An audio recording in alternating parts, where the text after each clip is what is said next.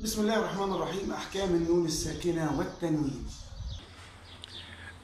النون الساكنة والتنوين لهم 4 أحكام.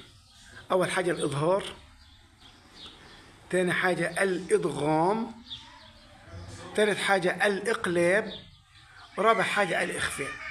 هنتكلم إن شاء الله بإذن الله عن النوع الأول من أحكام النون الساكنة والتنوين. أول حاجة الإظهار. الإظهار معناها البيان.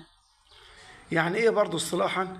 إن كل حرف بأخرجه من مخرجه من غير غنة في الحرف المخرج أو المظهر.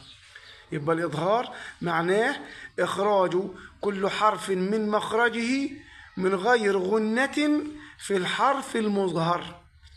طب حروف الإظهار إيه؟ الحروف دي 6 حروف من حروف الإظهار. لو جاء حرف من هذه الحروف بعد النون الساكنة أو التنوين يبقى أظهر النون الساكنة أو أظهر التنوين. إيه هي الحروف دي؟ أول حاجة الهمزة، الهمز والهاء. تاني حاجة العين والحاء. تالت حاجة الغين والخاء. يبقى دول 6 حروف: همز فهاء ثم عين حاء ثم غين خاء. طب هناخد بص أمثلة كده. شوف هنا من أهل. لاحظ ده هنا نون ساكنة، أدي هنا نون ساكنة وادي هنا همزة. طب هنا لو لاحظنا الهمزة، المخرج الهمزة منين؟ الهمزة بتخرج من الحلق هناك عند الأحبال الصوتية من ورا خالص. طب والنون تخرج منين؟ من طرف اللسان من قدام خالص.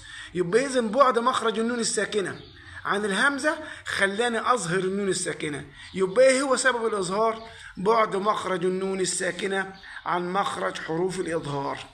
يبقى يقول لي إيه هو سبب الإظهار؟ ليه أنا بظهر النون الساكنة أو ليه بظهر التنوين؟ لأن النون الساكنة من طرف اللسان من قدام خالص وحروف الإظهار من ورا خالص ناحية الحلق.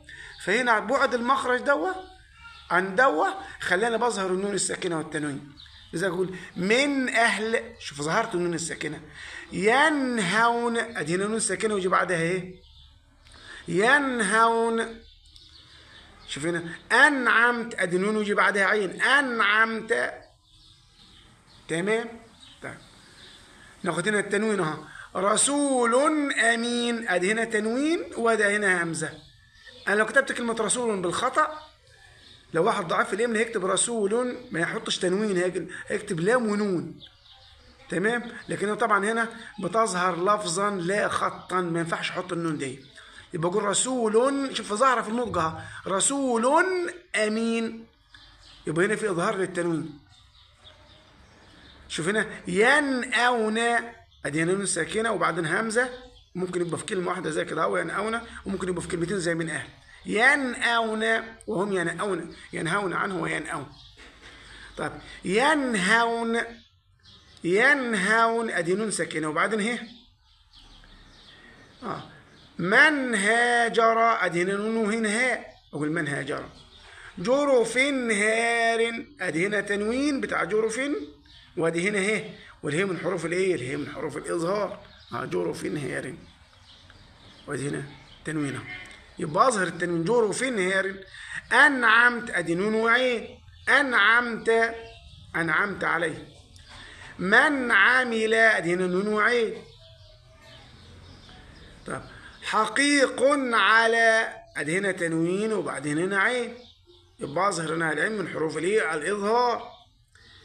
ينحتون، ادي هنا نون وبعدين ح، يبقى هنا اظهر النون. من حكيم، على فكره النون الساكنه ممكن تبقى في كلمه وممكن تبقى في كلمتين، يعني زي ينحتون في كلمه وممكن تبقى في كلمتين. ينحتون كلمه واحده.